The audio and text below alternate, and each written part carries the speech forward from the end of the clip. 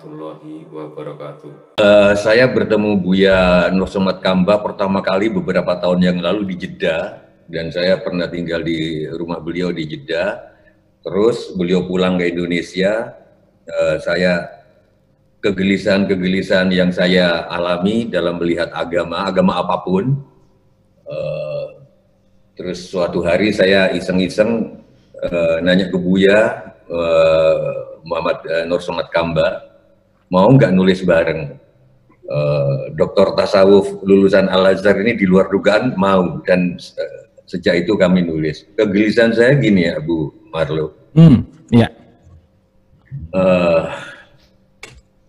Saya dalam mendalang itu dulu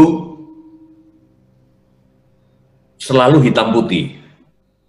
Kurawa pasti salah, Pandawa pasti benar. Terus kalau di Ramayana, Rahwana pasti salah, Rama pasti benar. Itu masa saya kecil sampai remaja, Bu. Ya. Ketika makin ke sini, umur saya sekarang udah setengah abad lebih, kok hidup nggak seperti itu faktanya. Hidup itu berwarna gitu loh. Ada abu-abu, ada ini, dan saya melihat kecenderungan orang beragama kebanyakan terlalu strict, jalan putih gitu loh. Sehingga lama-lama kan di dalam diri itu ada kehendak-kehendak untuk liar, kehendak-kehendak untuk joget, kehendak untuk apa gitu. Nah, karena kalau sudah beragama, terus strict lurus itu, terus kelihatannya alim, kelihatannya tapi nanti pecah di suatu saat. Oke, ditahan gitu ya, kayak ditahan gitu ya. Atau kalau enggak jadi orang munafik. Ini pengamatan saya. Nanti karena itu saya kayaknya Tuhan nggak gitu-gitu amat. Saya berdialog sama Buya misalkan. Kalau misalkan kita nggak berbuat dosa, buat apa sifat Al-Ghaffar itu? Sifat pengampun dari Tuhan. Itu Abu Marlo gitu. Terus aku bertanya ke ini, maksudnya Buya Kamba loh ya, bukan Buya Sakur. Nanti takut salah, ini ke Buya Kamba. Oke, lanjut. Terus kan ya juga ya. Terus jadi kita harus minta ampun. Ya, etok-etoknya, pura-puranya harus minta ampun walaupun Tuhan sudah mengampuni sebelum kita minta ampun. Aku kaget lagi. Ini unek-unek saya dari kecil soalnya. Dijawab oleh Buya, itulah Al-Ghafuru. Kan ada Al-Ghafaru, ada Al-Ghafuru. Ini menurut Buya. Jadi Tuhan sudah mengampuni jauh sebelum Abu Marlo. Nggak tahu Abu Marlo pernah punya salah atau enggak, saya nggak tahu. Kayaknya tapi sudah diampuni. Sudah diampuni. Dan saya mengembara ke pihak-pihak lain juga. Fir'aun itu hidupnya sangat beruntung gitu loh. Fir'aun 6, jadi Ramses 2. Karena apa? Begitu tobat dia langsung mati. Kita begitu tobat masih hidup lagi. Nah, saya tanya ke guru-guru lain, ya ke pastor, ya ke teman saya macam-macam. Fir'aun itu kenapa diampuni? Karena dia pernah mendengarkan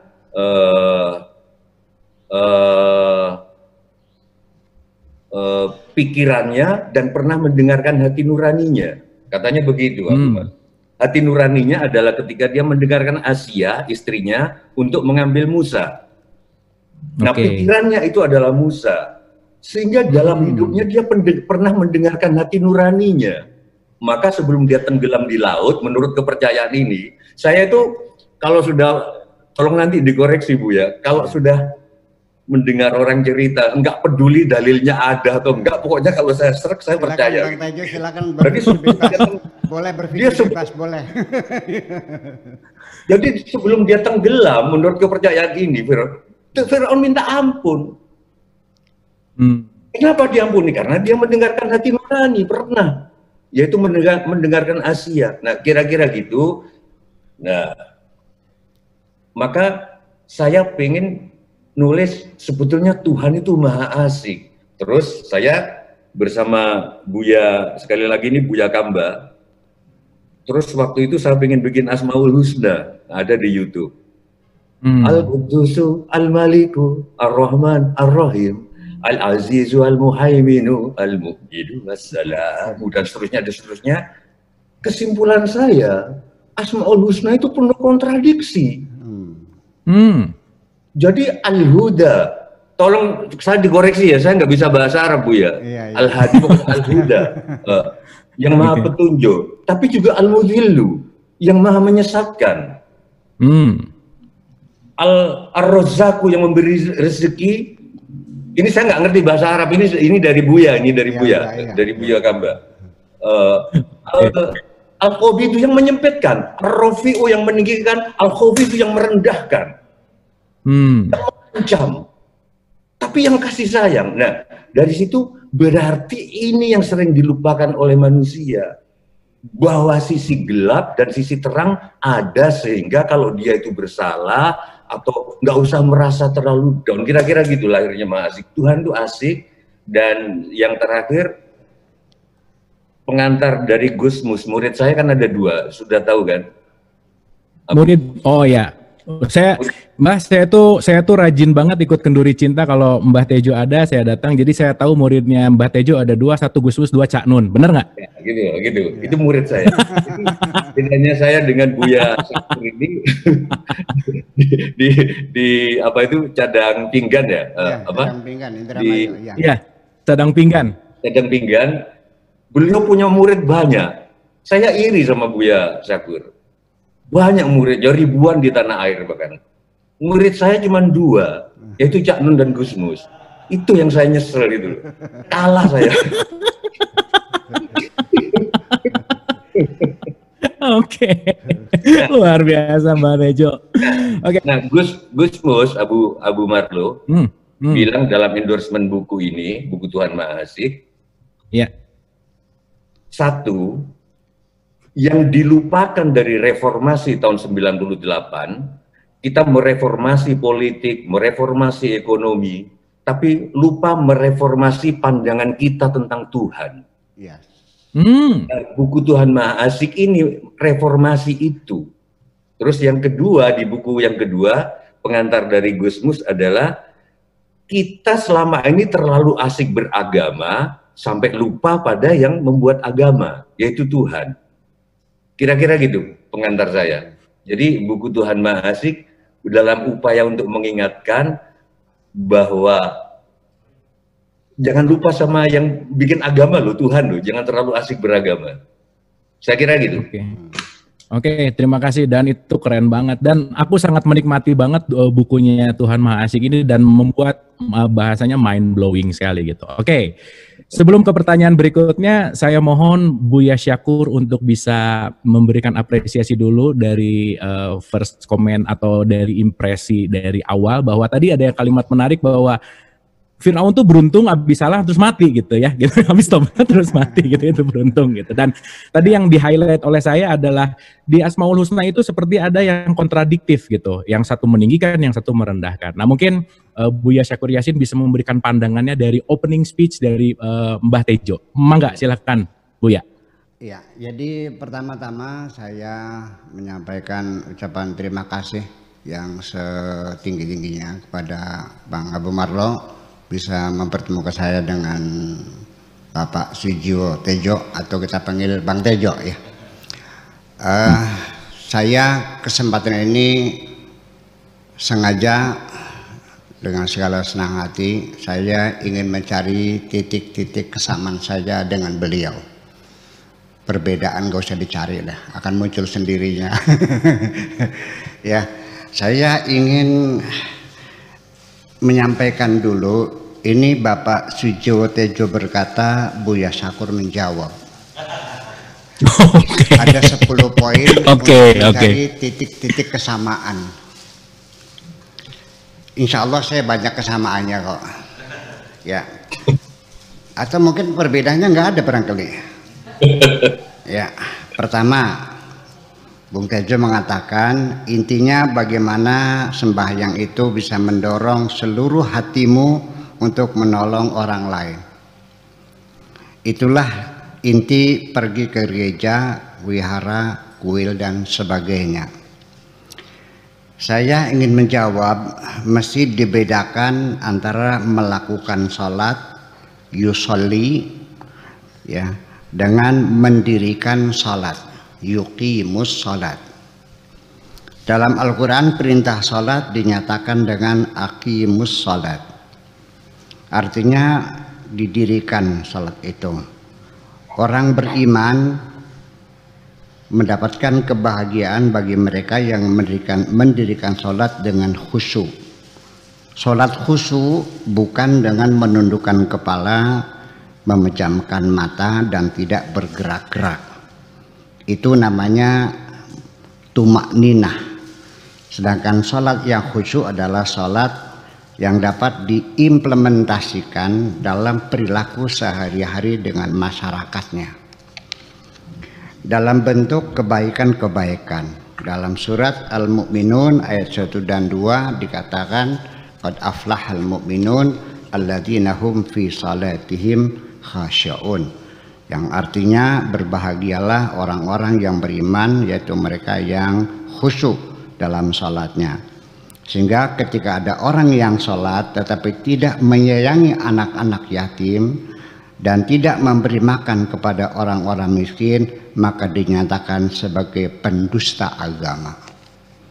Jadi pada intinya saya ingin mengatakan bahwa sholat itu bukan tujuan, itu hanya latihan atau exercise.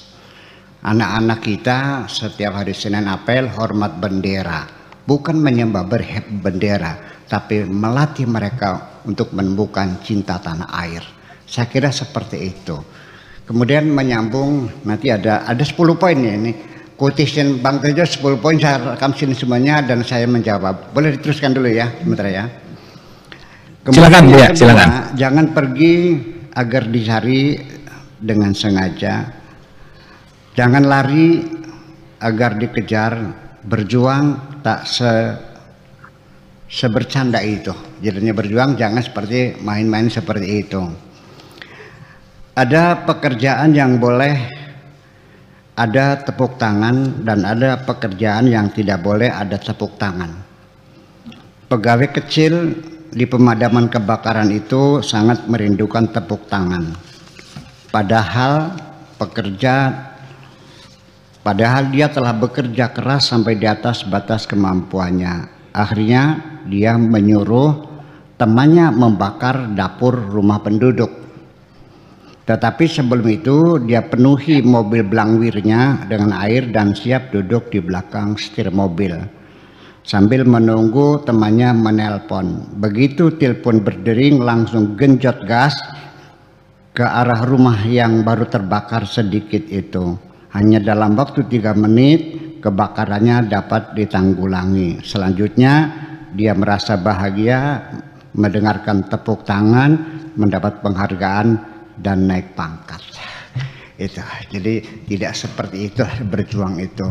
Jadi artinya saya ingin pula mengatakan, menyambung tadi, ini baru 2, ini ada 10 semuanya, kita satu, bahwa begini Bang Tejo, memang kita lupa mereformasi pandangan kita terhadap Tuhan. Sebetulnya kita bicara dalam sholat sendiri. Sholat itu bisa dilihat atau tidak? Saya ingin mengatakan sholat tidak bisa dilihat, tidak bisa didengar, tidak bisa dipegang. Yang bisa kita lihat adalah orang yang sedang melakukan sholat. Demikian pula dengan Pancasila, dengan ketuhanan yang Maha Esa. Nggak bisa dilihat Pancasila, itu gambarnya, itu bunyinya, itu tulisannya. Bisanya dilihat karena diaplikasikan oleh manusia-manusianya. Jadi ada dan tidak adanya, itu satu konsep, satu ideologi. Jadi keberadaannya ada atau tidak agama ini, ada atau tidak Pancasila ini, yaitu tergantung kepada sejauh mana kita bisa mengamati orang-orang yang mengamalkannya. Saya kira saya sangat setuju sekali itu berasal dari Bapak Bung Tejo tadi semacam itu. Oke, saya kira begitu. Jadi yang jadi persoalannya, yang menyebabkan kita ini bertengkar antara agama ketika kita membicarakan hukum-hukum, tetapi kita bicara Tuhan, kita tidak pernah bertengkar kok. Terima kasih, begitu kira-kira. Oke, luar biasa. Boleh tepuk tangan dulu buat Buya ya. Ternyata Buya tajam banget untuk merespon dari quotes-quotes yang disampaikan oleh Mbah Tejo sendiri. Baru 2 ini. Oke, Mbah Tejo. Ya. Ya, gimana? Oke, Mbah Tejo, aku akan ke next gitu ya. Ini aku lagi baca Tuhan Maha Asyik 2 gitu. Ada kalimat-kalimat yang aku pengen tanya langsung ke penulisnya gitu. Ada kalimat begini. Ini menarik banget kalimatnya. Meski terbukti tidak efektif dalam menerapkan nilai-nilai universal kemanusiaan, agama-agama tetap melestarikan otoritasnya. Gitu ya. Beragama tidak serta-merta sama dengan bertuhan. Pertanyaannya adalah, menurut Mbah Tejo nih, untuk kaum milenial aja ya, sifat atau kesadaran keberagamaan masyarakat milenial kita gimana sih, Mbah Tejo?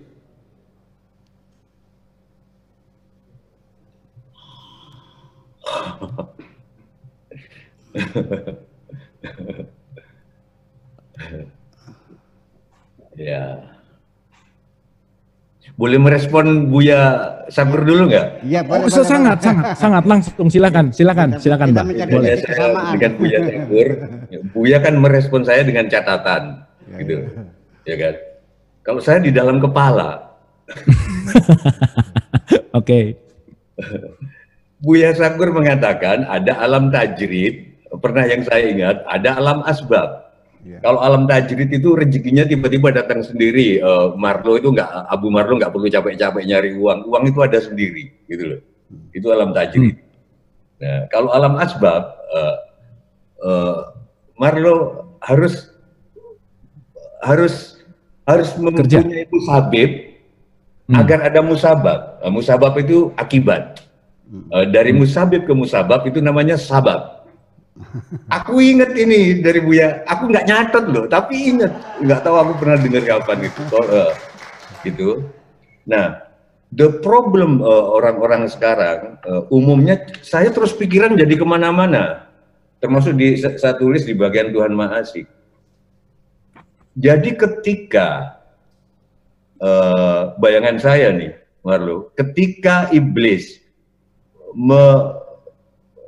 merayu Adam untuk melesat dari sorga, itu kan disuruh makan buah guldi. Kalau bayangan saya mendengar penjelasan Buya Sakur, bayangan saya langsung kemana-mana ini, imajinasi saya. Pasti tidak sesederhana itu. Masa sih cuman suruh makan buah guldi? Itu kan pasti cuman gambaran analogi, tapi orang-orang terjebak ke fisiknya, ke buah guldinya. Kalau bayangan saya, di surga itu kan nggak ada asbab, nggak ada penyebab, nggak ada bekerja, dapat ini, dapat istri, dapat makanan tanpa kerja, tanpa apa. Terus dirayu sama setan, sama iblis. Kamu ini apa sih? Hidupmu itu bukan alam tajrid gini. Enak aja di alam asbab, ada berusaha, baru dapat ini, baru gitu-gitu loh. Terus akhirnya dia terpengaruh ke situ. Terus Buya mengatakan lagi, milik itu apa sih? Sawah ini milikku atau enggak? Enggak, itu cuman dimilikkan oleh Tuhan. Enggak tahu ini kapan lagi aku pernah dengar itu, aku ingat. Tapi milik itu harus ada hak milik untuk sertifikat secara fikih. Tapi secara tauhid sudah enggak ada hak milik. Begitu Buya, Abu Marlo, gitu loh. Raisa itu milik suaminya secara fikih ini, tapi secara tauhid milik semuanya. Oke. Bayanganku aku kan boleh dong. Memang kalau kamu ngajak tiba-tiba Raisa pergi, bisa dituntut kan secara hukum pernikahan. Itu secara fikihnya. Nah, Tuhan Maha Asyik merangkum mana yang harus fikih, mana, saya kira gitu, sehingga kehidupan kita, bagaimana kita tidak perlu iri melihat Pak Jokowi. Jabatan presiden itu bukan milik Pak Jokowi, tapi milik kita semua. Mobil yang dipakai Pak Jokowi sebetulnya milik Abu Marlo juga. Jadi melihat itu milikku, gitu aja, di hati saja, di batin. Jadi asik, hidup itu asik. Nah sekarang kembali ke soal Tuhan Maha Asyik. Mungkin problemnya gini untuk milenial. Ada yang sama sekali brutal, ada yang sama sekali terus beragama secara, kalau meminjam Buya Syakur tadi, bukan secara khusyuk, tapi secara tumak nina. Ya. Jadi agama, puasa, sholat tidak akimus, tidak muncul di dalam perbuatan. Yes. Adanya di upacara. Nah. Jadi yang ada, kalau saya meminjam dawuhnya Ustadz Jamil dari Jombang itu, Kiai Jamil, di dunia ini sebetulnya jarang ada orang sholat. Yang ada cuman orang membuat gambar orang sholat di dunia. Gambar ini gambar orang sholat, tapi sholat karena masih ada kemiskinan, masih ada gini. Nah, pesan saya untuk milenial mungkin begini ya, Bu Maru. Bayangkan milenial itu ada datang ke Jakarta, terus saya kasih mobil sebagai tamu, saya kasih kamar yang AC, terus ada banyak boneka, ada gym di situ, ada sepeda di situ kalau pagi. Terus dia pulang ke kampung, ketika milenial ini pulang ke kampungnya, dia cerita ke teman-temannya tentang ruangan itu, tentang mobil itu. Dia cerita, wah mobilnya, tapi dia lupa bahwa itu saya yang menyediakan.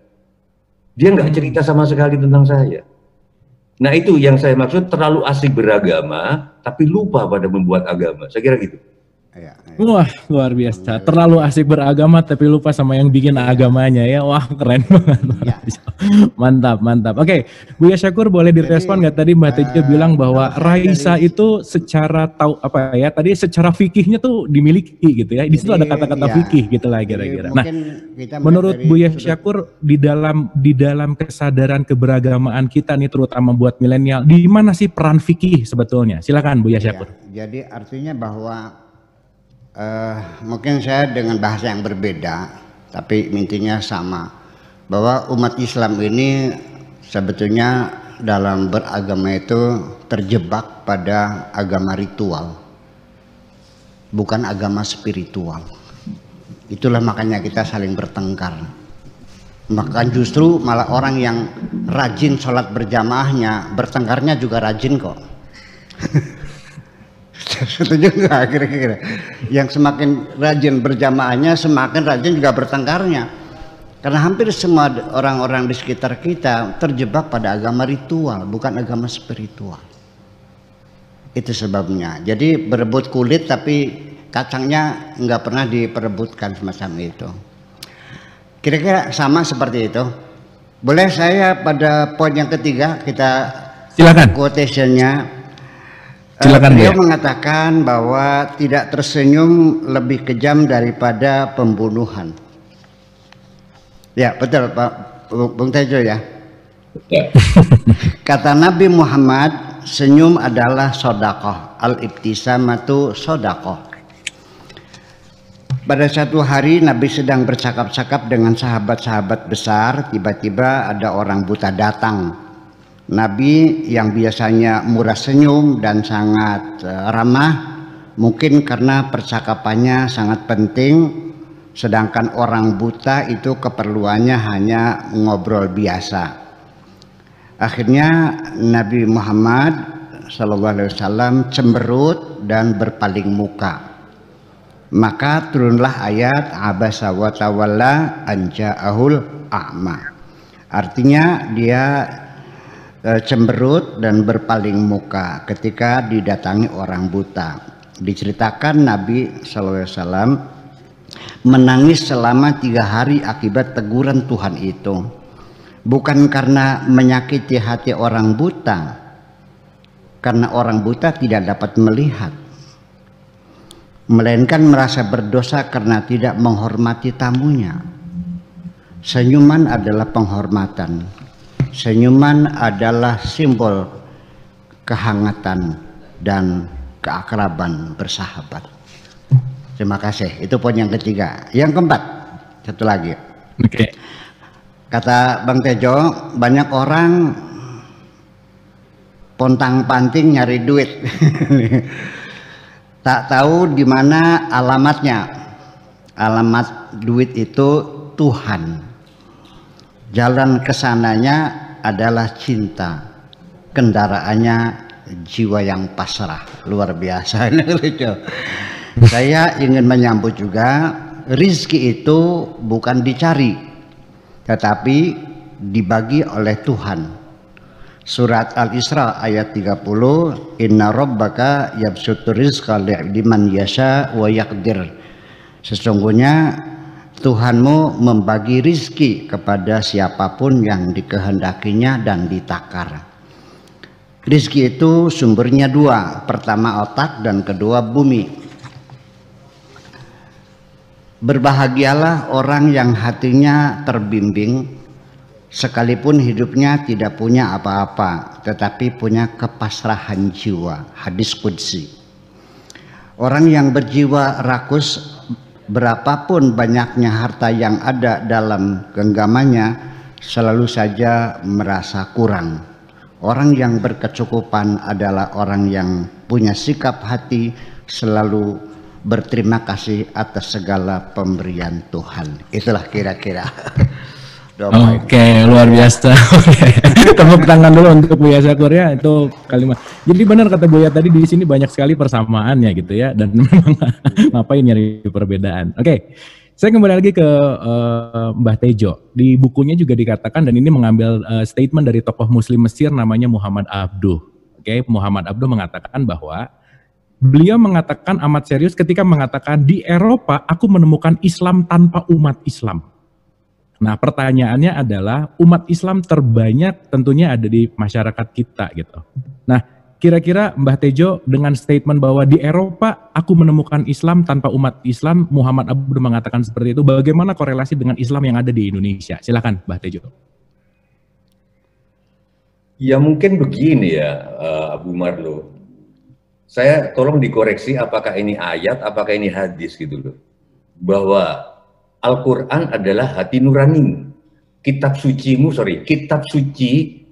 adalah hati nuranimu. Saya kok percaya itu. Hati nurani itu kalau saya sebagai dalang beda dengan perasaan. Perasaan itu bisa menipu. Hati nurani enggak. Karena hati nurani adalah sesuatu di dalam diri Marlo yang tahu ketika Marlo tulus atau enggak. Itu hati nurani. Nah, kalau kita menuruti hati nurani, kayaknya kita nggak perlu capek-capek baca kitab suci. Karena apa yang kita ikutkan ternyata ada dalilnya. Ini bukannya saya agak merinding ngomongnya. Jadi Buya Syakur bukan orang pertama, tapi saya sering terharu. Quote-quote saya itu, saya bikin, saya nggak baca kitab suci. Saya nurutin hati nurani. Bahwa alamat duit itu banyak orang pontang-panting nyari duit tanpa tahu alamat duit. Ya. Padahal alamat duit itu Tuhan, gitu loh. Jalan kesananya saya tulis aja. Ya. Ternyata barusan dibenarkan ada dalilnya. Ya.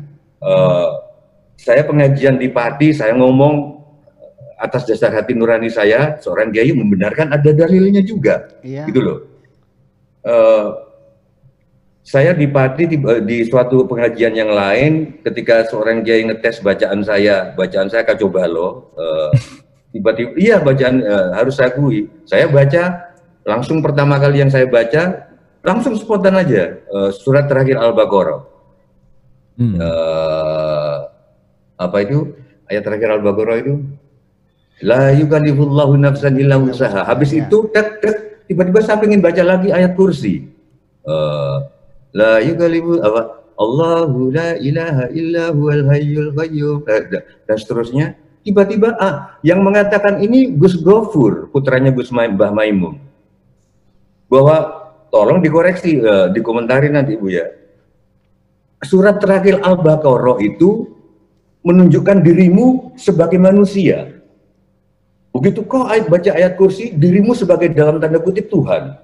Jadi hidup itu adalah sebagai manusia, sebagai Tuhan. Sebagai manusia, aku nggak sengaja baca itu, aku nggak tahu. Kamu tahu gitu loh. Gitu. Nah, makanya bagi mereka yang tidak sempat baca kitab suci karena hidup di alam asbab, karena menjadi tukang pemadam kebakaran, karena jadi seniman, udah nggak usah capek-capek, udah turutin aja hati nurani. Ya. Itu pasti kitab suci sudah. Iya. Saya kira gitu. Ya. Nah, terus yang Muhammad Abdu tadi,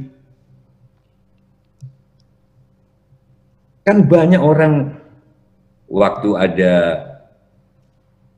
pemain-pemain bola 20 remaja itu terjebak di Thailand kalau nggak salah, Thailand, di gua di Thailand, mungkin Buya Sakur juga masih ingat, diekskavasi itu. Wah, airnya dikeluarkan, dibuang ke sawah. Para pemilik sawah di Thailand merelakan sawahnya gagal panen karena gua itu terus para penolong-penolong dari Swiss, dari negara-negara lain datang, ingat kan? Ingat, iya. Terus ada yang bertanya, ya percuma, mereka bukan Islam, nggak diterima ibadahnya. Tapi terus ada yang lagi yang bilang, tapi ketika menolong kan nggak baca niat, gitu loh. Ibadah kan tergantung niatnya. Ketika menolong, bahkan yang paling bikin saya merinding, ada satu anak yang ditemukan dan selamat, ditaruh di rumah sakit, ibunya menolak bertemu anaknya sebelum 20 yang lain teman-temannya ditemukan. Ini yang saya lihat, mereka mungkin tidak Islam, gitu loh, tidak Muslim, tapi mungkin dari kacamata Muhammad Abdu, saya melihat Islam di situ. Wong saya kadang-kadang debat, apa bedanya mengerjakan sesuatu membaca niat dengan tidak membaca niat? Saya tulis di buku Tuhan Maha Asik, niat untuk Tuhan, gitu loh. Ini saya kerjakan untuk Tuhan. Sama orang yang tidak membaca. Karena Tuhan tuh nggak bisa dijabarkan dengan apapun. Segala hal yang sudah diketahui, kita ketahui dengan akal, itu sudah bukan Tuhan. Ya. Itu kalau di wayang ada namanya Dewa Ruci. Tuhan adalah segala hal yang tidak kau ketahui, maka berpasrahlah kepada ketidaktahuanmu. Itu Bima. Nah, ketika Tuhan itu tidak diketahui, apa bedanya membaca sesuatu, perbuatan sesuatu dengan menyebut Tuhan, sama tidak membaca niat sama sekali? Dalam kacamata ini sebetulnya nggak ada bedanya. Saya kira gitu.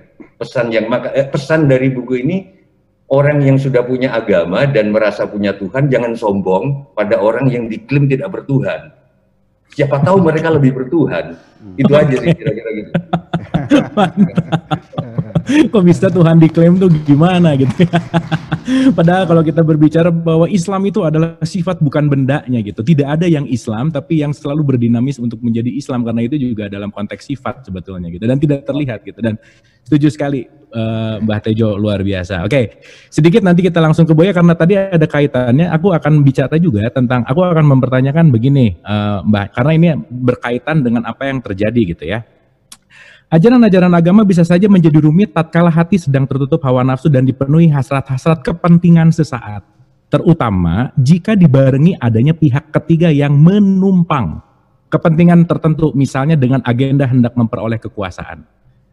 Kira-kira ada relevansinya nggak sih dengan Muhammad Abdu mengatakan bahwa jangan-jangan Islam di Indonesia ini banyak tumpangan-tumpangannya? Gimana Mbah Tejo? Saya tidak ahli di situ, tapi saya meminjam kata-kata almarhum Buya Muhammad Kamba, bahwa perang Badar itu kan semua hal di dunia ini paradoks. Semua hal, kalau wayang mengajarkan sastra Jendra Ayuningrat itu semua paradoks. Saya jelaskan berulang-ulang, oksigen itu paradoks. Kalau kita mau hidup harus menghirup oksigen, tapi dengan menghirup oksigen sel-sel menua dan kita mati. Gitu loh. Jadi semuanya paradoks. Nggak ada yang nggak paradoks. Asmaul Husna itu paradoks semua. Tadi dalam konteksnya apa, lupa gitu? Tadi ngomong apa ini pertanyaannya? Pertanyaannya adalah, kan tadi di buku ini Mbah Tejo mengatakan bahwa terutama jika dibarengi dengan adanya pihak ketiga yang menumpang, agama yang menumpang. Oke. Ini paradoksnya. Perang terbesar itu perang Badar ya? Betul nggak?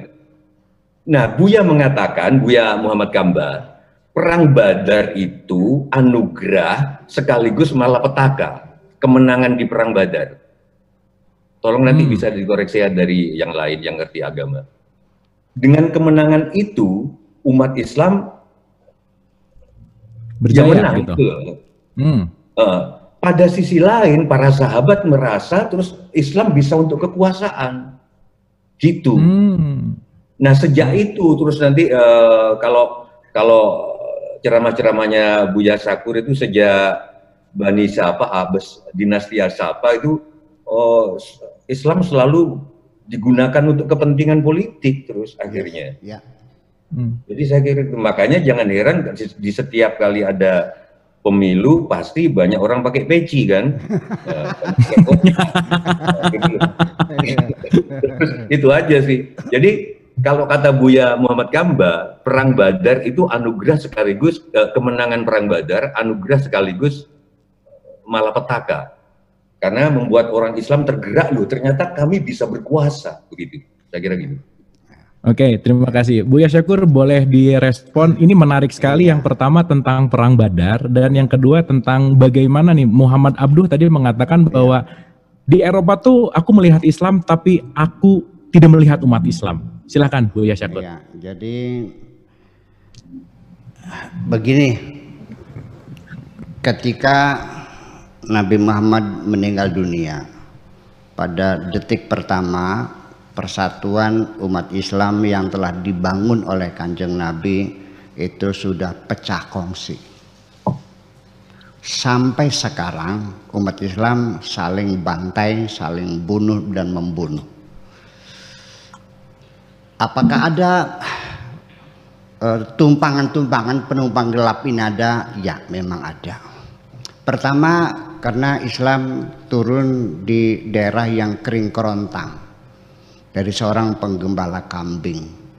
Pada zaman itu ada namanya Imperium Persia, ada Romawi, ada Turki. Jadi ketika Nabi meninggal dunia itu memang ada gerakan-gerakan atau sebutnya harokat syu'ubiyah atau gerakan rasialisme ya dari Persia, Turki dan Yunani. Itu memang digarap semacam itu. Sebab kalau kita lihat dari urgensinya atau faktor yang paling penting menyebabkan perpecahan itu kan hanya perbedaan pendapat yang lebih utama Abu Bakar atau Ali. Dan orang Pakistan, India dan sebagainya kan sudah tidak ada kaitan dengan sejarah mereka. Kenapa diperpanjang semacam itu? Nah, oleh karena itulah maka saya ingin mengatakan sekali lagi tadi, Bang Tejo tadi mengatakan bahwa mata telinga itu tertipu kecuali hati nurani. Memang betul. Mata kita sering tertipu, betul. Telinga kita sering tertipu, betul. Pikiran kita, otak kita sering salah berpikir, betul. Tetapi mengapa masih tetap Anda percayai? Ngomongnya Pak, yang saya yang lihat sendiri. Tak colok matamu sekalian nanti. Iya. Engkau mengatakan aku mendengar sendiri, ditipu berkali-kali, engkau masih tetap mempercayainya. Sebetulnya ada satu yang tidak pernah bohong, yaitu hati nurani itu, seperti Bang Tejo. Jadi dalilnya ada, yaitu maka dzabal fuadu ma ra'a, tidak bohong apa yang dilihat oleh hati nuranimu. Jadi ke depan Bang Tejo enggak usah susah-susah, enggak usah mikirin dalil, ngomong aja yang lancar-lancar, nanti dalilnya saya yang mencarikan. Wah, luar biasa sekali. Terima kasih Buya, luar biasa banget gitu. Oke, Mbak Tejo, begini, Bang Marlo. mungkin kan ya jadi gini, begini, Marlo. nulis silakan. Siapapun yang berbicara, ketika yang dibicarakan oleh sesuatu yang benar itu pasti dari Tuhan. Terima kasih. Oke, luar biasa. Terima kasih. Boleh direspon dulu sama Mbak Tejo mungkin statementnya Buya Syakur, silakan. Closing statement. Tentang Saya Buya Syakur, saya nggak sengaja datang ke nikahan teman mantu, seorang seniman di Bandung, dan di atasnya itu ada puisi berbahasa Sunda. Cek aing Allah mah batur. Batur Allah mah aing, ditulis dia gitu. Cek aing Allah mah eta cek eta Allah mah aing, cek aing Allah mah saha, cek saha Allah mah aing. Nah, saya itu 2-3 tahunan yang itu terus berputar-putar di kepala saya, dan akhirnya saya bikinkan melodinya. Cek aing Allah mah batur, cek batur Allah mah aing, cek aing Allah mah eta, cek eta Allah mah aing, cek aing Allah mah saha, cek saha Allah mah aing. Bagi yang nggak ngerti, peserta yang nggak ngerti, kataku Allah adalah teman. Kata teman, Allah adalah aku. Kata aku, Allah adalah itu. Kata itu, Allah adalah aku. Kata aku, Allah adalah siapa. Kata siapa, Allah adalah aku. Dan yang bikin ini adalah sufi besar Tanah Pasundan kelahiran Garut, Kiai Haji Hasan Mustafa. Alhamdulillah. Itu aja komentar saya. Iya. Enggak, kalau syair ini dinyanyikan Tuhan jadi maha asik, enggak ada lagi kesek berantem. Cek saha Allah aing. Haji Hasan Mustafa yang namanya dipakai sebagai nama jalan besar suci di Bandung. Iya, betul. Ya. Betul. Ya. Luar biasa Mbak Tejo ya, keren banget, luar biasa. Oke, Mbak Tejo, mungkin ini banyak yang mau langsung ngobrol gini dari audiens. Boleh tepuk tangan dulu semua teman-teman ya, malam hari ini so beautiful sekali ya, indah sekali ya, cek aing tadi gitu ya. Intinya itu luar biasa banget gitu ya, nggak ada pembeda antara aing jeung maneh, semuanya aing. Nanti Dalam kita tanda urai. petik ya itu tadi. Kalau dengan seperti ini kita akan melihat bahwa Tuhan itu maha asik. Buya Syakur, ada yang mau disampaikan? Ada tadi, jadi Bung Tejo, silakan ngomong saja yang banyak. Soal dalil nanti saya yang mencarikan. Melalui Pak Pemarlo gitu ya. Iya, oke. Tenang aja. Oke, kalau gitu kita akan ke apres. Silakan Bu ya. Saya sedang membutuhkan orang yang mampu berpikir bebas. Jangan dikejar rasa takut itu. Ya, saya udah capek melihat orang takut berpikir itu. Nah, itulah makanya ini izinkan saya yang poin kelima ini lagi ya. Ya. Silakan Bu ya, silakan. Beliau mengatakan mengenang mantan sah-sah saja. Tetapi jangan keseringan. Karena mengenang adalah pekerjaan pensiunan. Betul begitu, Bung Tejo ya. Oke. Saya menjawab, kenangan itu terkadang mereproduksi sendiri, muncul dari bawah sadar ke permukaan. Mengenang peristiwa yang manis menyenangkan, mengenang peristiwa yang pahit menyedihkan. Banyak kenangan yang tidak dapat dikendalikan, sampai aku minta tolong kepada mantan pacarku, tolonglah aku, bagaimana caranya supaya aku dapat melupakan dirimu. Pacarku menjawab, mustahil, Akang tidak mungkin dapat melupakan diriku, karena sampai saat ini aku masih selalu mengingat dirimu. Terima kasih. Luar biasa. Silakan Mbak Tejo. Silakan Mbak Tejo. Boleh tolong dijelaskan Buya Syakur, mantannya itu siapa namanya? Ada dah.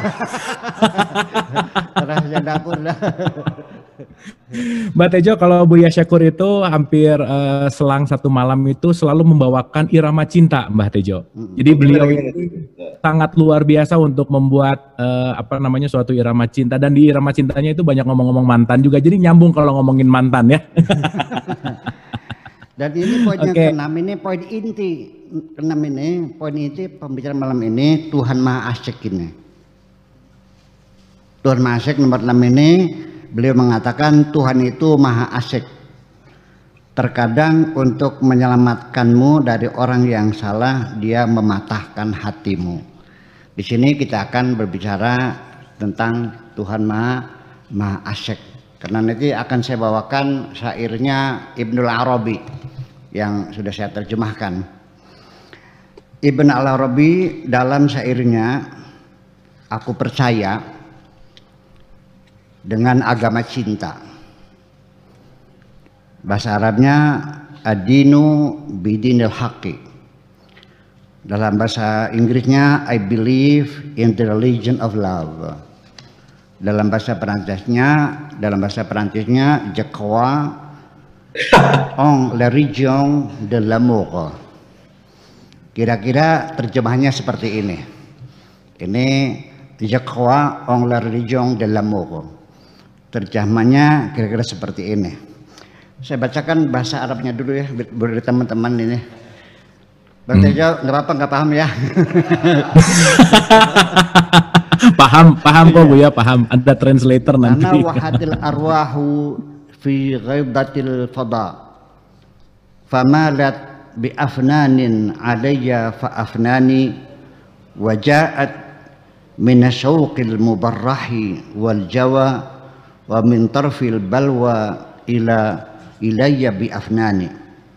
Laqad sara qalbi qabilan kulla suratin famar'a li ghazlani wa dirun li ruhbani wa baitun li authanin wa ka'batu ta'ifin alwahu taurata wa mushafu qur'ani adinu bidinil hubbi anna tawajjahu raqaibuhu fal hubbu dini wa imani.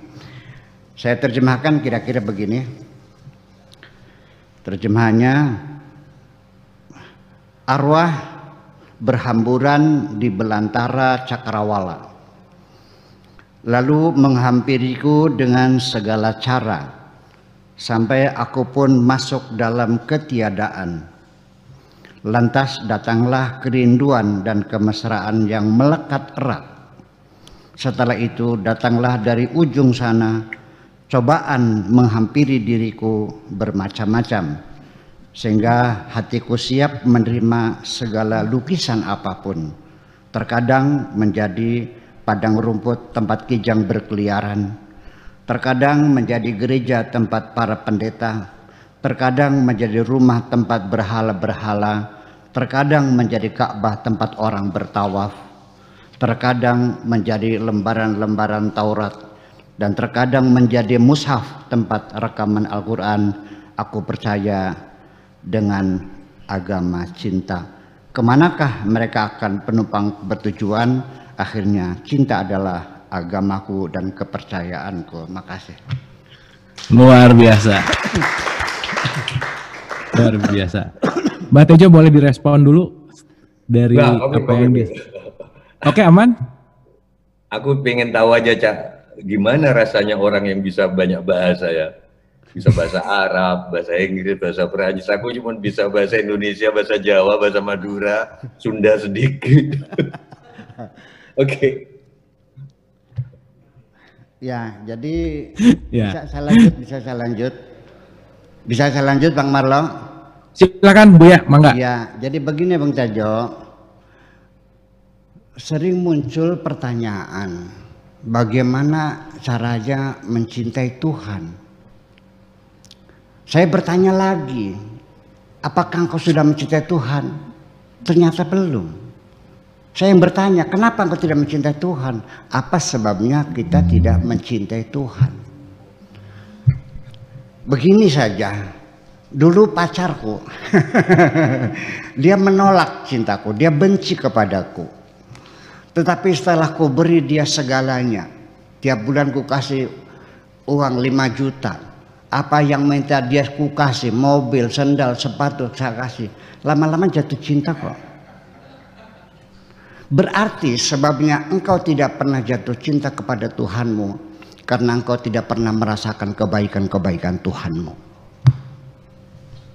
Kenapa tidak merasakan kebaikan Tuhan? Karena selama ini yang kau dapatkan, kau anggap dapat jerih payahmu sendiri. Terima kasih. Luar biasa. Karena lupa bahwa semua adalah pemberian Tuhan itu sendiri gitu ya. Dan betul, semuanya kalau pakai atas nama cinta, semuanya jadi, itu esensinya hidup adalah cinta gitu ya. Oke. Mbak Tejo ada yang mau ditambahkan dulu dari? Enggak. Cukup ya? Cukup. Oke. Sekarang kita akan ke apresiator. Mbak Tejo di sini udah banyak banget. Peserta kita malam hari ini 952 952 partisipan Mbah Tejo Ya, ya. yang hadir 9. Ya, boleh tepuk tangan dulu dong buat kita semua. Terima kasih ya. Tuhan Maha Asyik nih memang luar biasa, dan menyapa di teman-teman di YouTube juga udah hadir juga lebih dari 200 orang di YouTube. Oke, Mbah Tejo. Oh, 970 ya, 980 ya. Oke, sekarang kita akan masuk ke apresiator kita yang sudah menyimak dari tadi. Ini adalah Syekh Muhammad Al-Kaf. Oke. Untuk Syekh Al-Kaf boleh untuk di-unmute. Ya, Oke, Syekh. Silakan. oke. Bismillahirrahmanirrahim. Bismillah. Pertama, saya ucapkan salam buat Buya Syakur dan Kang Tejo. Saya Muhammad dari Cirebon. Saya ingin memberikan apresiasi dan mau nanti ditanggapi bila dianggap perlu.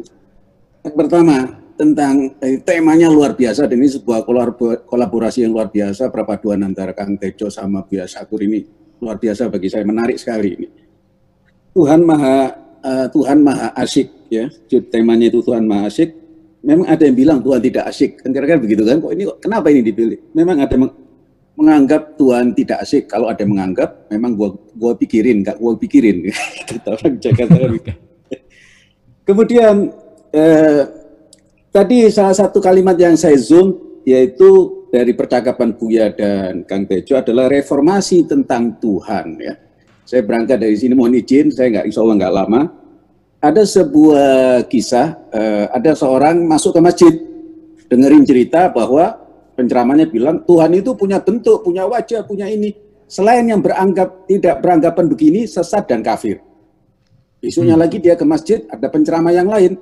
Tuhan tidak punya bentuk, Tuhan itu tidak bertempat. Siapapun yang tidak meyakini ini, dia sesat dan kafir.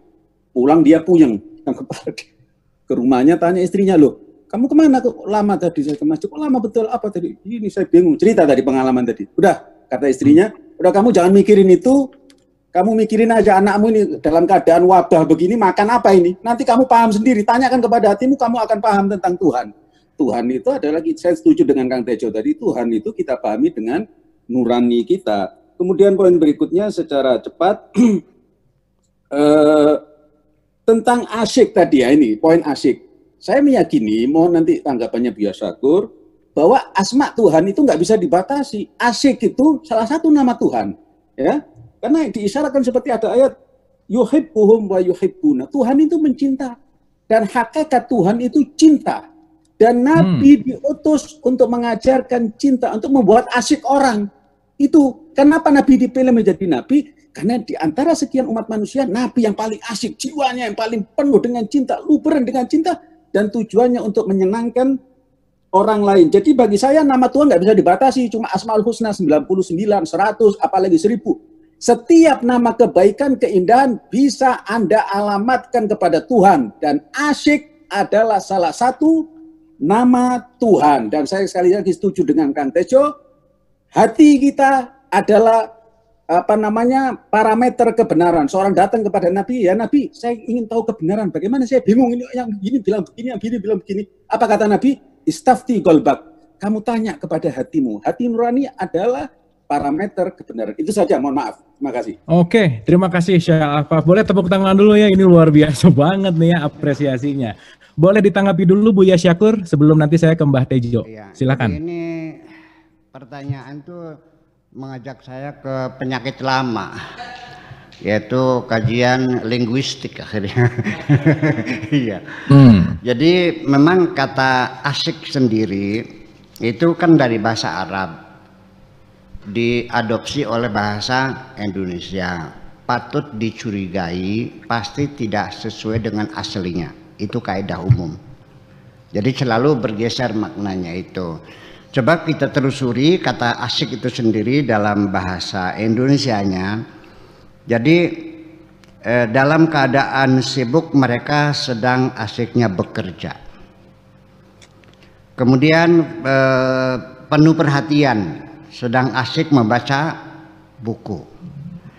Yang ketiga itu senang. Saya belum pernah merasakan asyiknya bermain golf.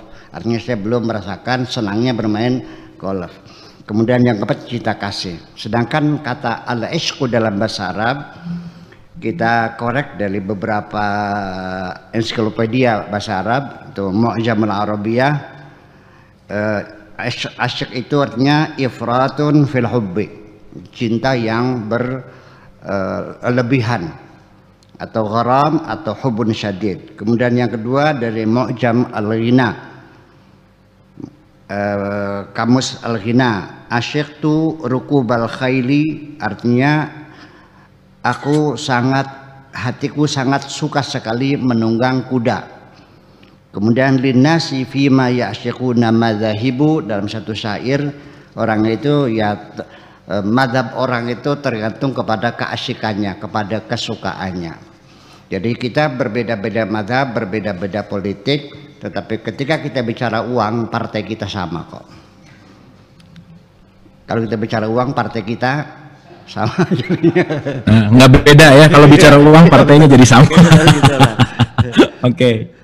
Asyiktu bisyai artinya lasiktu bihi, artinya lengket, nempel, itu asyik juga. Dalam Mu'jam al-Wasit, asyiktu syai artinya menganyam, menyatu, menganyam, atau kalau tampang itu namanya apa?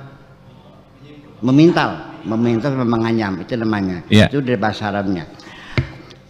Walhasil jadi artinya bahwa kata asyik sendiri itu maksudnya seperti apa? Tetapi pada akhirnya nanti orang yang percaya Tuhan tidak akan mampu membuktikan keberadaan Tuhan. Orang yang tidak percaya Tuhan juga tidak akan mampu membuktikan ketiadaan Tuhan. 50-50. Nah, sehingga itulah tadi oleh Habib Alkaf mengatakan bahwa Tuhan bertangan. Oh, memang itu adalah satu polemik yang berkepanjangan dari zaman dahulu antara Mu'tazilah dengan Ahli Sunnah wal Jamaah ketika menafsirkan firman Tuhan yadullah fauqa aidihim, tangan Allah di atas tangan mereka. Orang sebagian orang mengatakan bahwa Allah bertangan, tetapi sebagian lagi Ahli Sunnah wal Jamaah mengatakan tangan di situ tidak berarti tangan, itu hanya sebagai simbol saja. Dalam kata pinjaman, dalam dalam ilmu bahasanya kata pinjaman, tangan di situ bukan physically tangan, tetapi kekuasaan Allah di atas kekuasaan mereka. Dan pertengkaran ini sampai sekarang belum pernah selesai. Nah, tetapi saya menyesal kenapa saya tidak lahir zaman dulu supaya bisa mendamaikan mereka. Sebab kedua-duanya sebetulnya tidak ada perbedaan. Yang mengatakan punya tangan silakan, yang mengatakan tidak punya tangan silakan. Nanti bisa saya buktikan orang yang mengatakan Tuhan punya tangan, saya nanya seperti apakah tangan Tuhan? Ketika mereka menjawab tangan Tuhan tidak seperti apa-apa, ya benar juga kalau begitu. Terima kasih. Oke, luar biasa. Oke, Mbak Tejo, mungkin ada komentar dari statement tadi, silakan. Sebetulnya begini ya, dari perjalanan hidup saya, Abu Marlo, ya, ternyata saya berpendapat bahwa kebenaran itu ada banyak banget dan semuanya benar.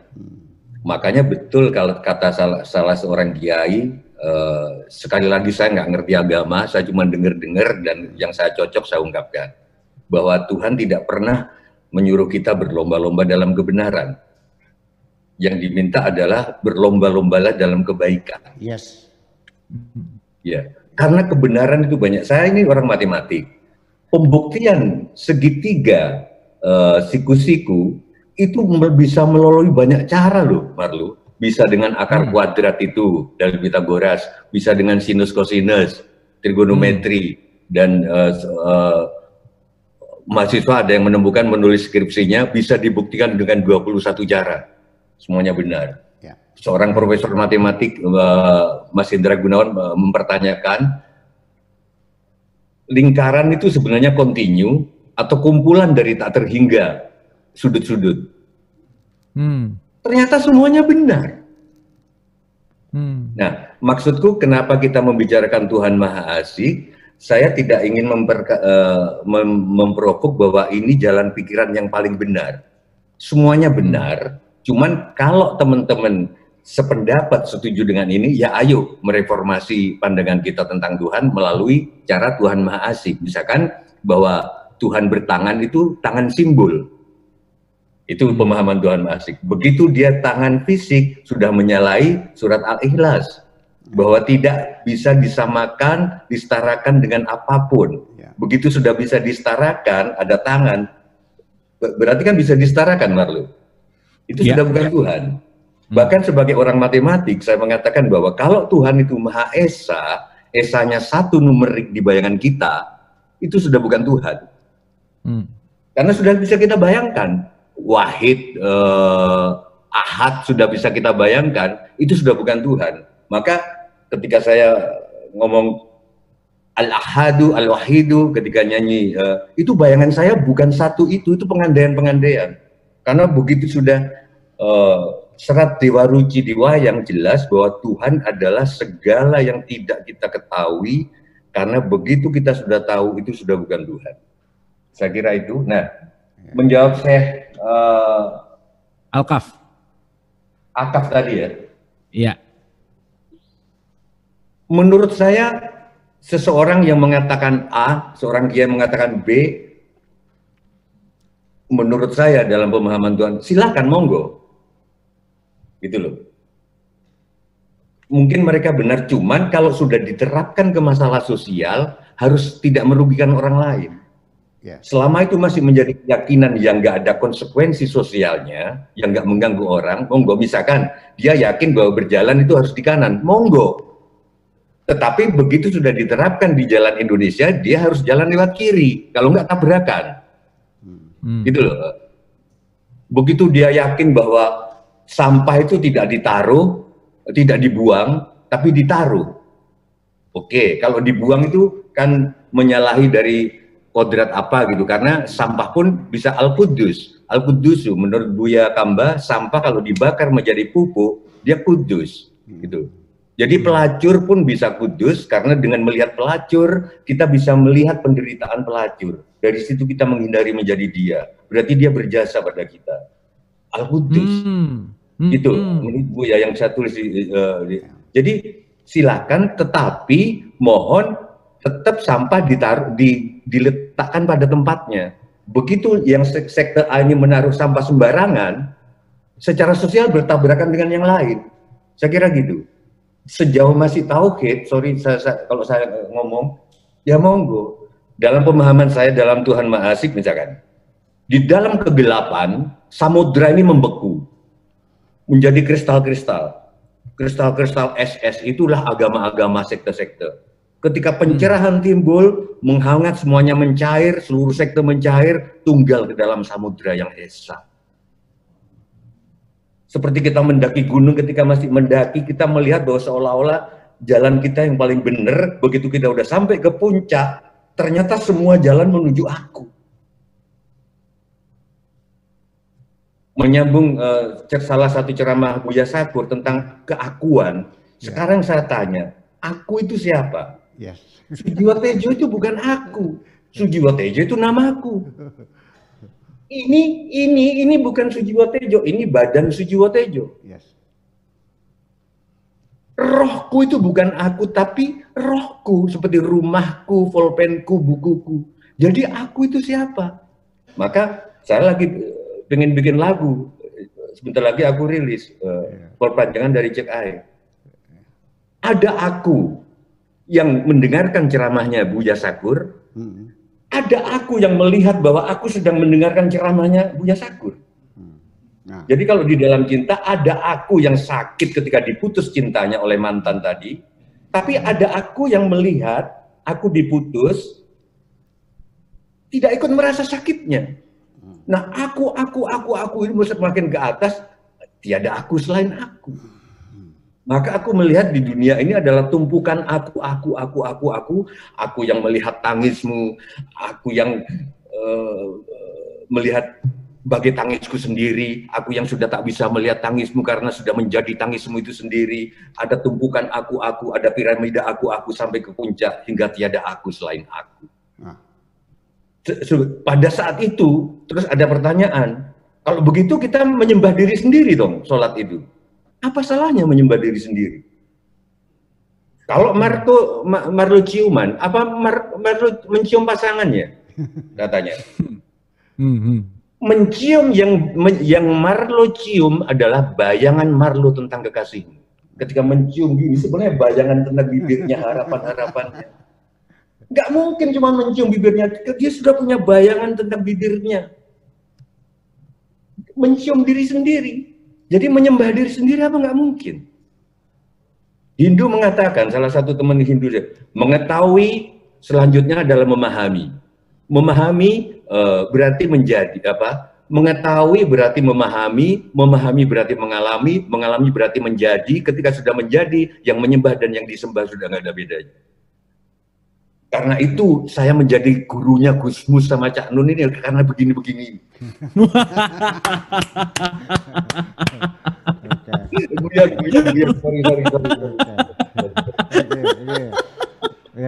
Udah sih. Aku tuh kalimat yang paling ditunggu kalau Mbah Tejo di tengah-tengah ngomong, kalau udah diem sebentar gitu ya, ngeliatin orang-orang. Saya mau kasih tahu ya, banyak kiai yang santrinya ribuan, aku tuh muridnya cuma 2, selesai. Dan itu yang aku tunggu-tunggu, dan hari ini udah keluar 2 kali dan aku happy banget. Oke, luar biasa banget. Thank you Mbak Tejo. Kita akan ke pertanyaan langsung lagi. Ini ada Arlanda Gozali. Marlo. Ya, silakan. Bisa nggak digabung 3 orang supaya efektif, 3 penanya gitu? Supaya 3 penanya. Oke, ya, kita langsung keluar ke Arlanda Gozali. Oke. Terus kita akan ke siapa nih? Panji Maulana. Boleh di-unmute semuanya ya, dan ke Dani Adam. Silakan untuk di-unmute 3-3-nya. Oke, mungkin aku ke Dani Adam dulu, silakan. Ya. Oke, makasih Kang Abu. Ya, assalamualaikum warahmatullahi wabarakatuh. Ya, selamat malam. Ya, Mas Tejo sama Buya Sakur, salam hormat. Saya mau langsung mungkin ke Mas Tejo, Mas. Ya, silakan, langsung Kang. Ini sangat menarik banget, yang notabene nggak pernah baca kitab gitu ya. Terus tapi pemahamannya sampai di dimensi ketuhanannya tuh luar biasa menurut saya. Nah, yang menggelitik saya. Sorry, saya salah. Kalau itu salahkan Abah Quraisy Shihab. Salahkan beliau. Abbas Quraisy Shihab, Bapak Najwa. Bapak Najwa pernah bilang, seorang profesor doktor lulusan Al-Azhar yang menafsir Quran dengan seorang tukang beca atau siapa yang nggak pernah baca Al-Quran, tapi dua-duanya dari hati nurani, kata beliau hasilnya kan sama. Kata beliau begitu. Maka aku seneng aja.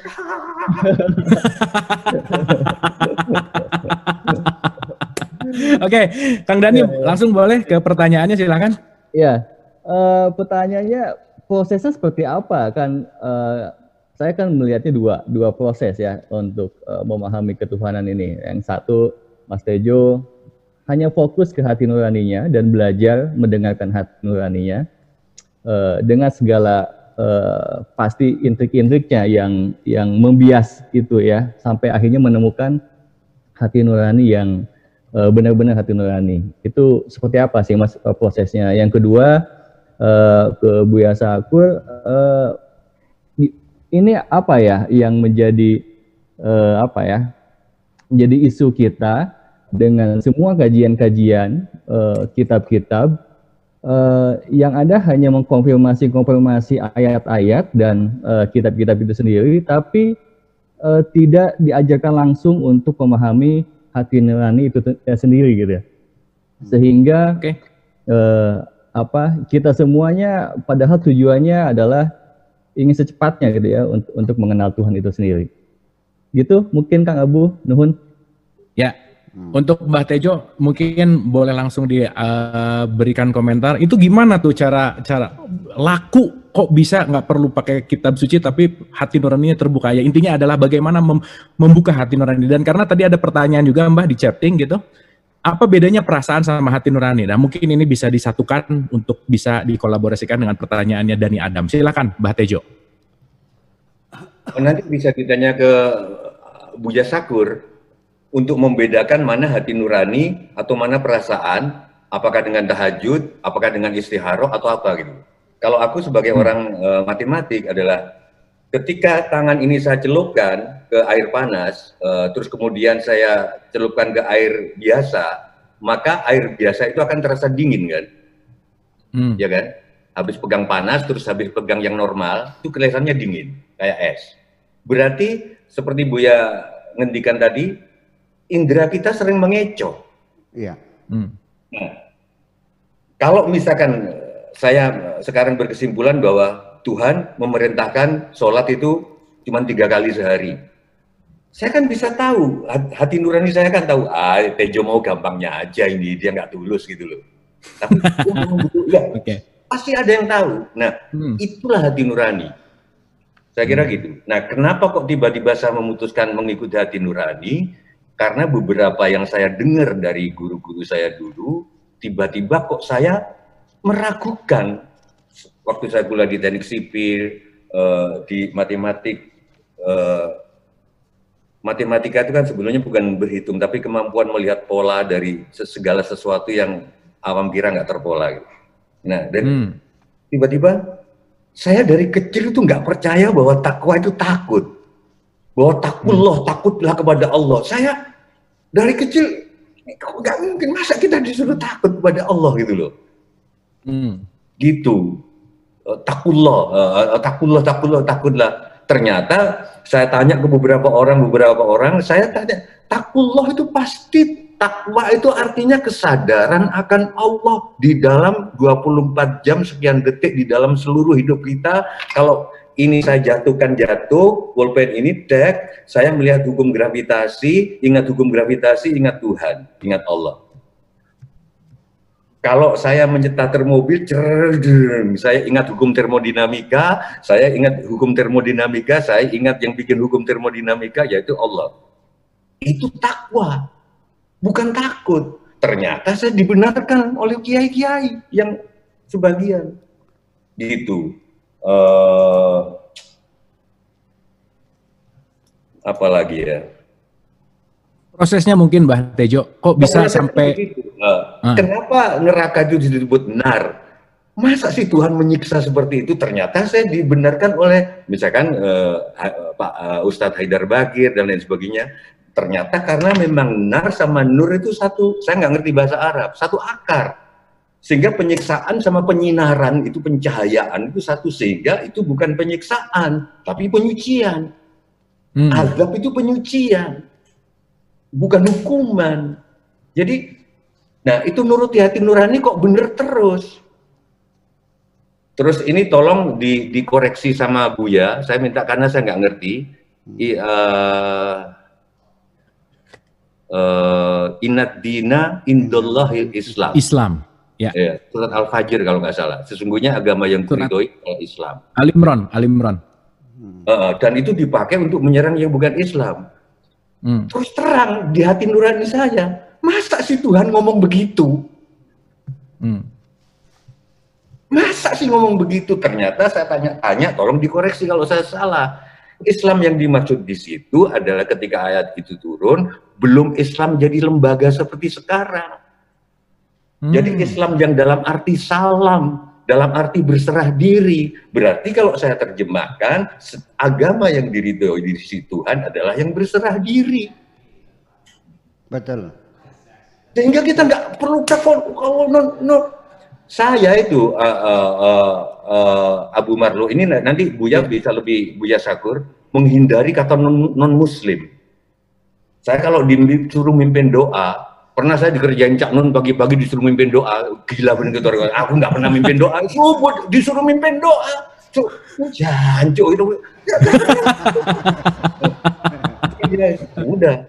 Tapi saya minta, kan biasanya doa bagi yang non Muslim, tolong dengan kepercayaan. Saya nggak pernah nyebut begitu. Karena bagi saya semua yang berserah diri kepada kegaiban itu Islam. Orang yang mengaku beragama Islam tetapi menyembah duit itu bukan Islam. Saya kira gitu. Kenapa proses perjalanan saya, kenapa mempercayai hati nurani? Saya kira gitu. Oke, luar biasa mantap. Buya Syakur ini tampaknya perlu diapresiasi sekali. Silakan Buya Syakur. jadi saya kembali ke belakang lagi. Saya setuju bahwa satunya Tuhan itu bukan satu matematik, tapi satu kebulatan yang tak dapat dibagi. Kalau satu matematika bisa dibagi 2, bisa dibagi 4, bisa dibagi 1.000.000, tapi satunya Tuhan tidak bisa dibagi-bagi. Saya setuju tadi seperti itu.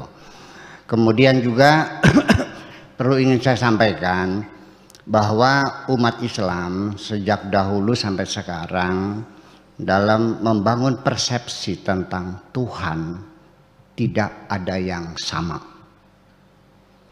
Dalam mengkodifikasi hukum Islam juga tidak ada yang sama. Mengapa demikian? Karena mereka menggunakan akal pikiran mereka. Itu.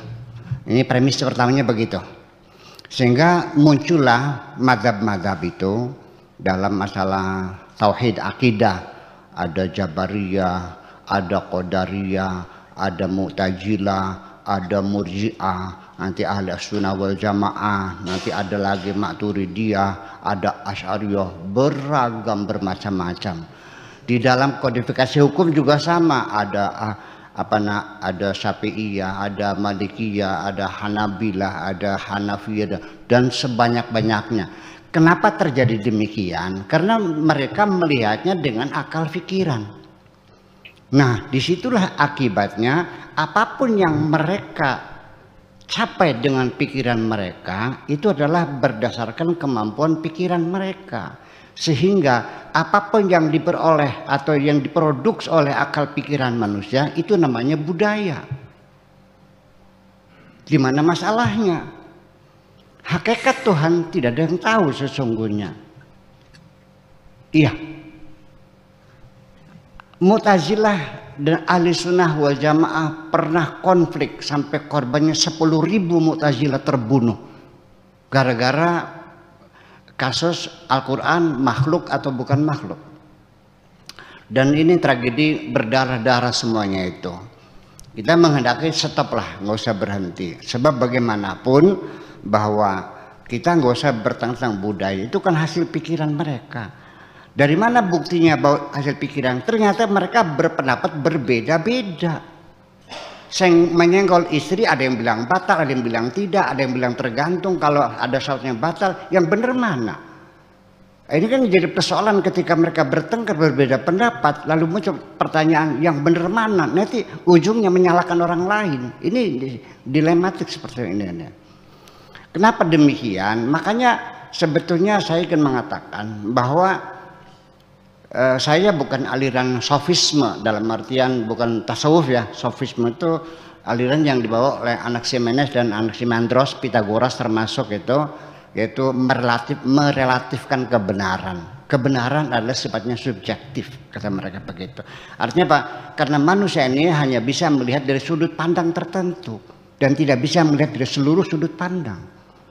Saya dengan Pak Bumarlo, Kang Bumarlo ini mengatakan bahwa gelas ini ada di sebelah timur saya, betul nggak? Kang Abu Marlo mengatakan ada sebelah barat, betul nggak? Betul. Bertentangan nggak? Ya tidak bertentangan, karena kita duduknya berbeda. Kita sendiri ketika berpikir sendiri pada usia berbeda, hasilnya akan berbeda. Imam Syafi'i ketika di Baghdad pendapatnya demikian, begitu pindah ke Mesir dirubah lagi kok. Ya kenapa? Karena orang pasti akan berbeda pendapat. Orang yang usianya berbeda pasti pikirannya berbeda. Yang satu miskin, satu kaya, mikirnya sama enggak? Yang satu orang kampung, satu orang kota, mikirnya sama enggak? Yang satu pejabat, yang satu biasa sama enggak? Tidak akan yang sama. Jadi itulah yang penting, kita dalam mencari kebenaran itu bukan memaksakan kehendak kita paling benar, tapi juga dengarkan pendapat orang lain dan apa alasan orang itu. Setelah tahu alasannya silakan go ahead. Saya kira mungkin ini tidak akan pernah selesai. Kita bicara masalah perbedaan dan persoalan nanti siapa yang benar, apakah Yahudi, apa Nasrani, apa Islam. Allah mengatakan mau percaya silakan, nggak ya udah. Bismillahirrahmanirrahim. Innalladzina amanu. Sesungguhnya orang-orang beriman, bukan orang Islam ya. Catat. Orang beriman, bukan orang Islam. Walladzina hadu, dan orang-orang Yahudi. Wasabiun, dan paseban. Wan nasara, dan Nasrani. Wal majus, dan majusi. Walladzina asyraku, dan orang musyrik. Siapa yang selamat, siapa yang benar? Allah mengatakan innallaha yafsilu bainahum yaumal qiyamah. Keputusan terakhir Allah yang menentukan besok di hari kiamat. Selesai kan persoalannya. Jadi untuk apa kita bertengkar? Memangnya surga milikmu. Jadi begini aja, sebelum kita bertengkar. Jadi surga itu adalah hak prerogatif Allah. Kita nggak usah mengapling-apling surga. Saya kira demikian. Sebab nanti pada akhirnya ketika kita perjalanan spiritual kita terus berlanjut dan terus kita kembangkan sampai kepada tingkatan ma'rifatullah. Udah setelah Bang Abu Marlo kenal Tuhan, apa yang kau rasakan? Di penghujung engkau mengenal Tuhan, engkau akan sadar bahwa dirimu adalah tiada. Kesadaran kepada Tuhan adalah menyadari ketiadaan dirinya. Terima kasih. Luar biasa. Luar biasa, keren banget. Mudah-mudahan bisa menjawab. Silakan Mbak Tejo, monggo. Monggo. Ini baru saja Buya Sakur memberi dalil terhadap apa yang pernah saya ucapkan ngawur. Makanya silakan. Gimana ceritanya, gimana ngawurnya gimana nih? Suatu hari di ILC-nya Bang Garni, di ending, ini tentang Pancasila temanya waktu itu. Kan karena biasanya saya sudah ngantuk-ngantuk, saya disuruh ending, saya cuma ngomong, toleransi di Indonesia, salahnya adalah pada pondasinya. Pondasi toleransi kita adalah, silakan jalanin agama kalian masing-masing, tapi agamaku yang paling benar, caraku beragama yang paling benar. Bukannya begitu, Marlo? Betul, luar terus biasa. Saya ajak, waktu itu aku cuma ngawur aja nurutin. Yang betul, toleransi yang benar adalah silahkan jalanin agama dan keyakinan kalian, dan mudah-mudahan kita ketemu di suatu titik. Ternyata Buya tadi mengatakan nanti di hari kiamat aku yang memutuskan. Nah, ya itu dia betul. Gitu. Ada dalilnya.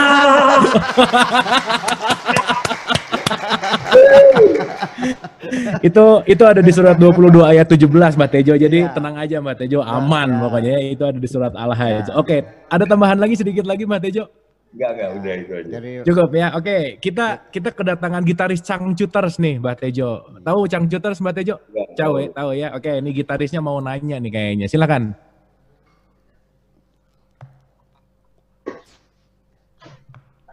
Assalamualaikum warahmatullahi wabarakatuh. Dalam Sakur, Mbah Tejo, Kang Abu, hatur nuhun pisan, ini luar biasa, malam luar biasa ya. Saya jadi melihat bahwa ini ada bisa.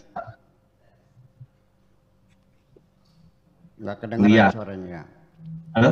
Sorry, silakan. audionya hilang Kang. Sorry, boleh diulangi lagi? Cek. Iya, silakan. Ini malam luar biasa ya, sangat-sangat luar biasa. Bisa menggabungkan ayat kauniyah dan riyah. Ayat yang tertulis dan tidak tertulis. Iya. Yang Nggak kedengaran juga. Al-Quran dan Al-Quran.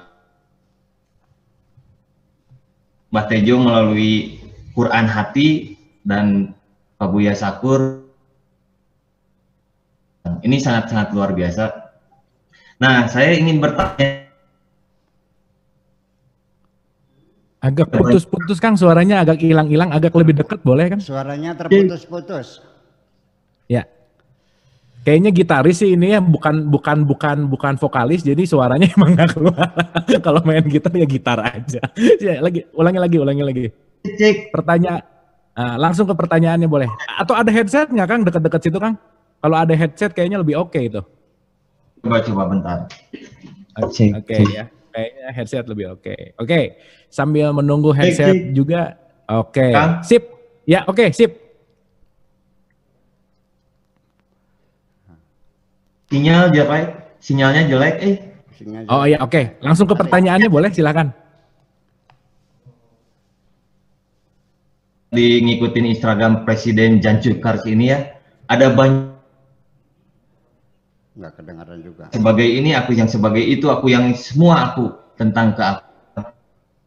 Piramid menjadi akulah yang satu. Nah, banyak sufi ini sampai akhirnya ketika kita menghilangkan identitas kita sebagai manusia, nggak kedengaran suaranya. Menghilangkan identitas kita sebagai Sujiwo Tejo yang apakah itu dihilangkan begitu saja ataukah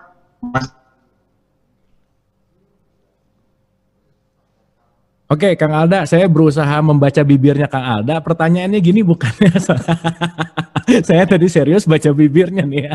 Pertanyaannya gini, apakah harus dihilangkan identitas untuk menghilangkan aku? Gitu bukan pertanyaannya? Betul ya? Oh oke. Oke. Berarti saya memang mentalis sejati ya, nggak usah ngomong, saya bisa baca lah pikirannya. Oke, Mbah Tejo, aku akan rangkum dulu bahwa di dalam konsep kesadaran ada piramida menuju kepada satu aku, itu adalah menghilangkan dari titik paling bawah menuju ketunggalan gitu. Nah, pertanyaannya adalah apakah harus meninggalkan identitas untuk meleburkan dengan sang aku itu? Silakan, Mbah Tejo. Saya lebih ingin mendengar Buya Syakur nanti. Jawaban saya untuk gitaris Jan Cukars ini adalah bahwa Jan Cukars. Iya. Oke, kita ke Buya Syakur dulu kalau begitu. Silakan Buya Syakur. Maksud saya cuma ngasih jawaban sedikit aja bahwa saya 10 tahun terakhir ini percaya bahwa yang ada cuma Allah. Ya. Yang tampak bukan Allah, hanya seolah-olah bukan Allah. Jadi dengan itu saya punya alasan untuk mendengarkan Abu Marlo, saya punya alasan untuk mendengarkan Buya Syakur, saya punya alasan untuk mendengarkan Arlanda Ghazali ini dan yang lain, karena saya yakin bahwa yang bicara Tuhan. Iya. Kalau enggak, saya nggak punya alasan untuk mendengarkan. Iya.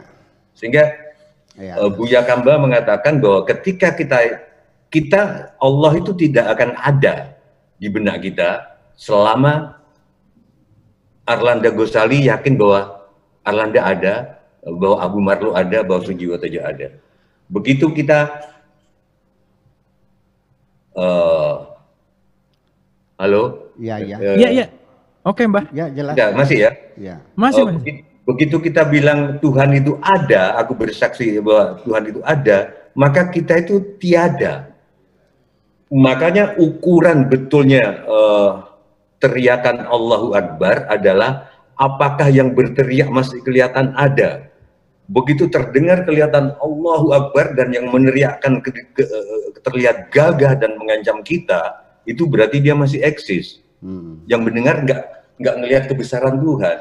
Dalam logikaku, begitu kita teriak Allahu Akbar, kita merasa damai. Sekarang begitu kita mendengarkan itu kok kita jadi terancam gitu. Itu aja sih. Makasih. Oke. Kok dengar Allahu Akbar jadi terancam gitu ya. Oke, mungkin aku sedikit belum nyambung juga apa yang aku rasain gitu. Saya memahami bahwa Nabi Muhammad mengatakan Allahu Akbar karena dia tidak ingin mengatakan Allahu Akbar. Tapi ada perasaan yang membuat di dalam dirinya untuk mengucapkan Allahu Akbar, maka Allahu Akbar adalah resonansi dari hati nuraninya untuk mengatakan hal itu gitu. Makanya kalau tadi Mbah Tejo mengatakan bahwa kenapa sekarang Allahu Akbar jadi menakutkan, ya mungkin karena Allahu Akbarnya tidak datang dari dalam tapi diucapkan hanya dalam bentuk kalimat aja atau ucapan aja gitu. Ya. Terima kasih Mbah Tejo. Kita langsung ke Buya Syakur. Silakan Buya. Jadi begini, kita kalau ingin menilai sesuatu secara objektif, ya memang kita perlu melepaskan identitas diri kita. Kalau kita masih ada involvement, keterlibatan dengan apapun, percayalah Anda tidak akan bisa objektif.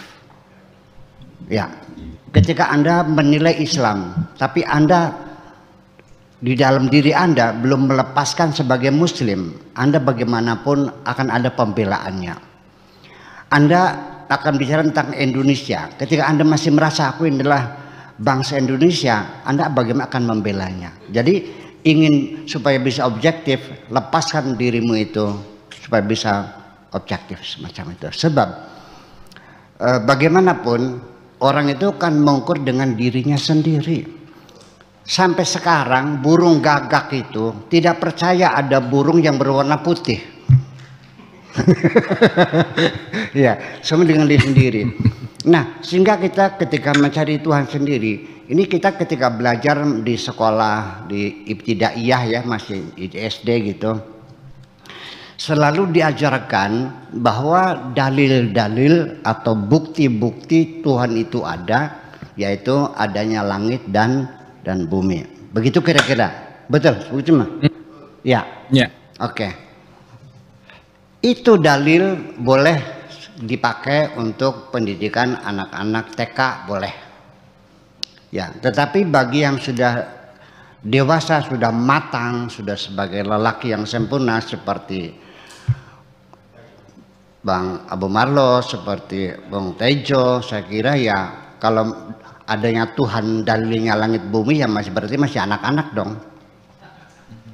Ya, kenapa? Karena dalilnya Tuhan langit dan bumi itu tidak bisa membuktikan, akan terjebak ketika Tuhan ada buktinya langit bumi. Ketika dulu sebelum Tuhan mencipta langit dan bumi, ada Tuhan nggak? Kita ditanya, adakah Tuhan? Kita tengok kanan, tengok kiri, nggak ada langit, nggak ada bumi. Kita akan terpaksa mengatakan Tuhan tidak ada. Dan nanti setelah kiamat datang, semua digulung oleh Tuhan, tidak, semuanya habis. Tinggal Tuhan sendirian, dan Tuhan berkata, limanil mulkul yaum. Siapakah pemilik kerajaan ini? Lillahil wahidil qahar. Hanya milikku yang maha perkasa ini. Ketika setelah kiamat kita akan meragukan Tuhan ada atau tidak, karena kita kehilangan bukti. Oleh karena itu Tuhan itu bukan dibuktikan tapi dirasakan. Sehingga ketika malaikat bertanya kepadaku, wahai Syekh Abdul Syakur, engkau yakin Tuhan ada? Akan saya jawab ya ada. Mana buktinya? Aku rasakan. Selesai kan? Nah, di sini yang jadi persoalan adalah alam semesta ini sebetulnya hanyalah bayang-bayang. Ketika Anda berjalan, ada bayang-bayangnya. Andanya diam, bayang-bayangnya diam. Anda berjalan, nah ketika Anda masuk dalam ruangan gelap, kemana perginya bayang-bayang? Jadi bayang-bayang itu ada atau tidak ada? Anda pasang ranjang, timbullah namanya kolong. Saya nanya, kolong ada nggak? Di mana adanya? Di bawah ranjang. Jadi ranjang ada, kolong ada. Kita ini seperti kolong. Adanya kita ini karena adanya Tuhan. Adanya kolong ini karena adanya ranjang. Tapi tolong jangan diteruskan nantinya. Nanti salah paham. Kata Buya Syakur, Tuhan seperti ranjang. Jadi jangan begitu artinya. Artinya keberadaan kita ini keberadaan nisbi, adanya kita kan adanya Tuhan. Jadi yang ada siapa? Yang ada yang Tuhan dong. Kita bayang-bayang, kita ini kolong kok. Itu persoalannya. Dan artinya disitulah bahwa akhirnya bahwa keberadaan kita adalah keberadaan yang nisbi. Adanya kita karena adanya Tuhan. Nah, jadi yang hakiki, yang wujud itu adalah Tuhan. Khalik, makhluk itu adalah bayang-bayang. Wujudnya adalah wujud nisbi. Ya, jadi yang ada adalah Tuhan, bukan kita. Kita nggak ada, yang ada hanyalah Tuhan yang ada. Kita ada karena ada Tuhan. Kenapa demikian? Begini logikanya. Tuhan itu wajibul wujud. Wujudnya wajib. Langit bumi ini adalah mungkinat. Sesuatu yang mungkin terjadi dan mungkin tidak. Sehingga dengan logika kita akan mengatakan tidak mungkin atau mustahil sesuatu yang mungkin bisa mengukur sesuatu yang wajib. Itulah kebuntuan kita berpikir. Jadi artinya jangan memaksakan bahwa sesuatu bukti adanya Tuhan langit bumi pada ini mungkinat. Kalau mungkin tuh bisa ada, bisa tidak. Kalau Allah wajib pasti ada. Nggak mungkin bisa mengukur hal yang wajib seperti itu. Nah makanya netralitas kita ini sendiri ya, melepaskan sekali identitas kita sendiri sehingga kita bisa melihat sesuatu secara objektif. Menurut objektif itu kata orang Arabnya an-nadru fi syai' ala ma huwa alaih, melihat apa adanya.